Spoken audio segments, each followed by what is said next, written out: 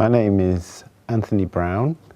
I'm involved in an initiative called the Windrush Crusade, which is seeking to assist people from the Windrush generation with citizenship, compensation, and then law reform. That means amending laws that have affected adversely people from the Windrush generation.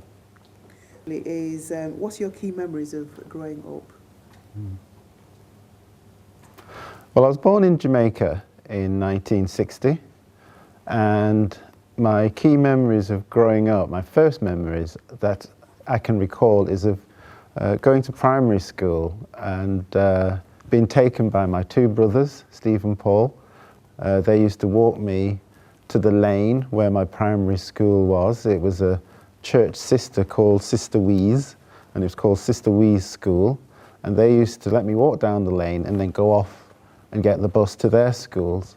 And every morning I used to feel disappointed that I was going to be separated from my big brothers and then go off to primary school whilst they went off to what I thought was the big school. And that was disappointing, but those are my early memories of growing up in Jamaica. And then when I was still very young, age 7, my family, my 4 siblings and my mother joined my father here in England where he was studying, and we stayed here until about 73. I went to school here, a local primary school at Gores Hill, and then went to Stretford Grammar School for boys. But then in 73, my parents decided to go back to Jamaica. My father, who was a civil engineer, went to lecture at the College of Art, Science and Technology in Jamaica. So I went back to high school in Jamaica, the renowned Jamaica College on Old Oak Road, and spent 4 years there until coming back here in the late 70s. So let me ask you about what interactions you have had with people or different groups, institutions that have given you confidence and made you get involved in making more life-changing opportunities for people in the UK. I've mentioned a few of them. I've mentioned Beresford Edwards because of the relationship that we developed because of that time. You know, it was a time of fear, of worry, that you were going to be separated from your friends, your family. And because of the support that I got, I stayed in contact with those people, and I learned quite a lot from Beresford Edwards. He was very political, he was very knowledgeable about his history, culture, and so I worked with him in a voluntary capacity over the years and learned a lot from him, and that got me involved in a number of community organisations. I worked on things like Culture Week at the centre, the Carmel Road Centre. We set up play schemes for young people. We had conferences. If there were big issues in the community, like for instance, there was a lot of shootings in Moss Side during the late 90s and early 2000s, and we held a number of conferences. One of them was called Enough is Enough, and we gathered the police, the community to look at how we could effect change within our own community. So one of the things that I've found since working with Berry is that I've got involved in getting people together, whether it be for the carnival or business conferences or other community conferences. I've really been involved in working with people to try to bring people together to form groups and then effect change by working together. I've heard the phrase mention hostile environment, and it's trying to give the impression that the hostile environment only started in 2014 with the 2014 Immigration Act under Theresa May. But as I've indicated, my hostile environment started in 1983. But I know through research that since people came on after the war, the Windrush generation, they found signs in windows saying no dogs, no blacks, no Irish. So there was a hostile environment then. And that that attitude went into legislation in terms of restricting the citizenship rights or the nationality rights that people from the Windrush generation had. And my views is that it not only went into immigration and nationality legislation, but also impacted things like education, health, criminal justice, employment, housing, a whole range of issues. So what I'm calling for now is a Windrush Act. So it's an act that would put a duty on public bodies and large organisations to reduce the disparities that have been exposed by the government's race disparity audit. The government did an audit in 2017 of the different groups in the UK, African, Caribbean, Asian, white British, Indian, Chinese, to see how they fared in employment, in health, in criminal justice, and they saw that there were a lot of gaps in terms of how these groups were achieving. But then, you know, I'm wondering what action is being taken to actually address these disparities. For example, when entering primary school, our young children, they attain 65% of them are attaining the levels that is required for them to enter primary school. But by the time they get to A level, only 3% of African Caribbean children are achieving 3 A levels. 11% of white British are achieving 3 A levels.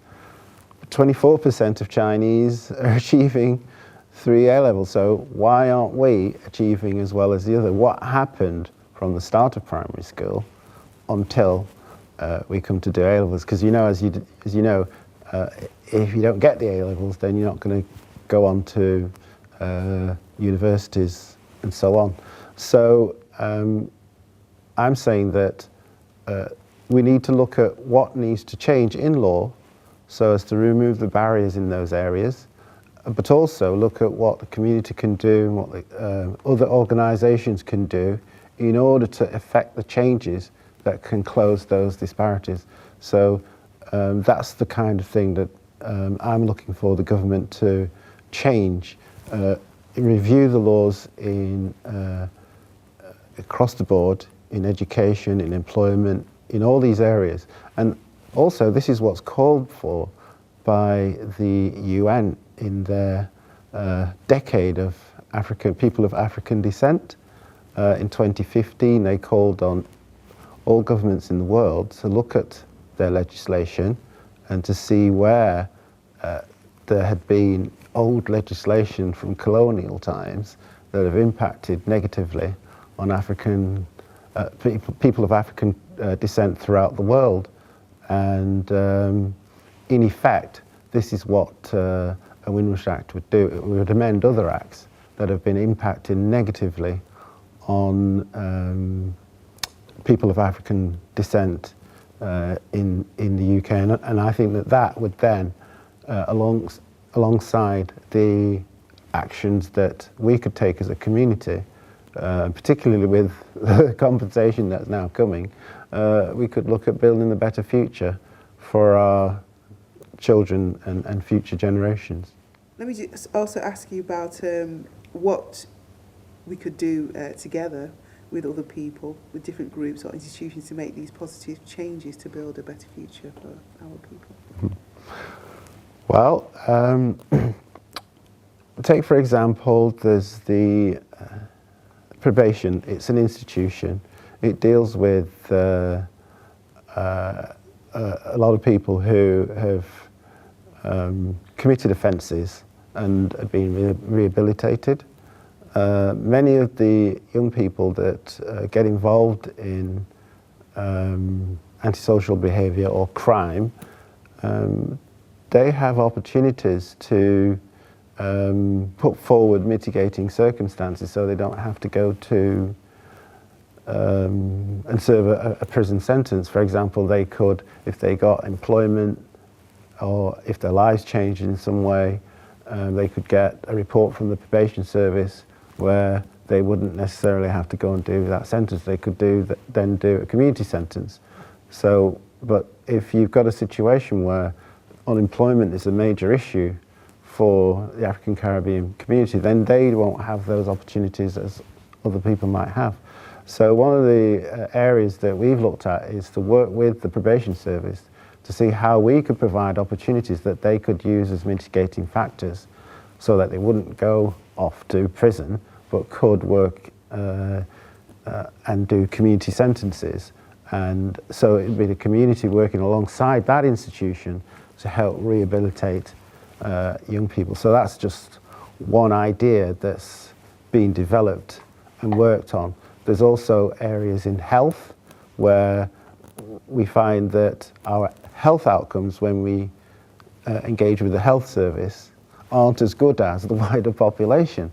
And so if we have community organisations that could raise awareness of this issue and work with the health providers, the health service providers, then they could save the health service a lot of problems and also give us a better quality of life. So there's an organisation called the Caribbean and African Health Network, CARN, who is working with us and working with the health service to actually get information out about health in the community. So it's about the community looking at areas where it can take action to help itself, but also making sure that the barriers that are in our way that have been there from old legislation is removed so that we have a fair and level playing field to move forward on. What will happen? So within the current Brexit negotiations, to what extent do you feel that the effect of it will have on the African Caribbeans and our community? Personally, I think that if we organise ourselves, it could be an opportunity because Brexit is going to involve a lot of legislative changes. So they said that there's been a lot of legislation that's been enacted by the European Parliament that's going to come back to Westminster. We're here for the Westminster to decide how those are going to be dealt with. We hear the Scots saying, well, we need to be able to take back those powers and we need to be able to decide how that legislation is going to play out in Scotland.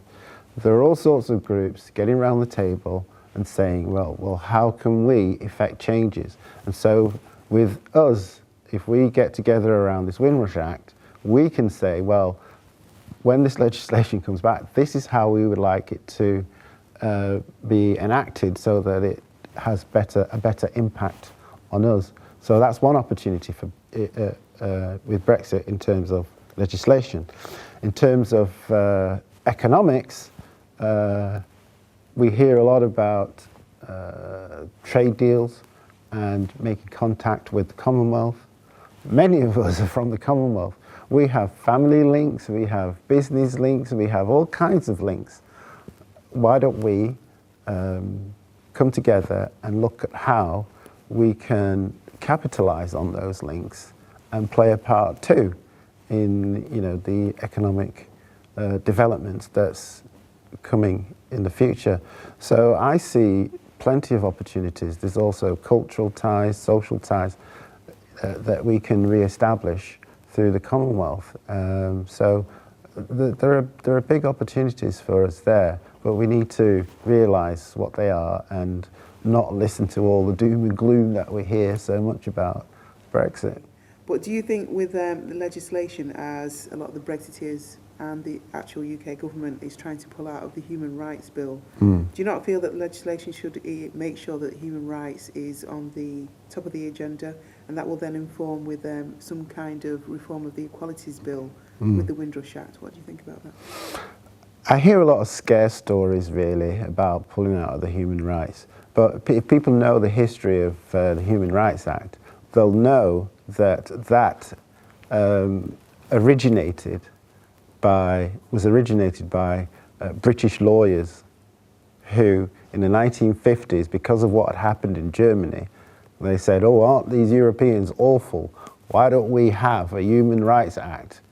And that's why British lawyers got together and created the Human Rights Act that was based on traditions within English law. So I don't see in leaving the EU that Britain is going to be pulling out of any of those provisions. There's talk about problems where they had issues with prisoners voting, and they felt that, they didn't like that.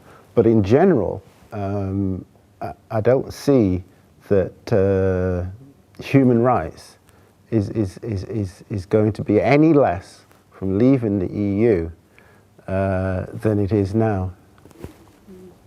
I think that the issue for me is not necessarily legislation. It's people being aware of their rights and knowing how to exercise their rights. And this is where I think the problems are. So what I'm trying to do is to talk to people about the law and get more and more people involved in these issues so that they can be more knowledgeable about how to use the law to assert their rights. And this is what is not happening.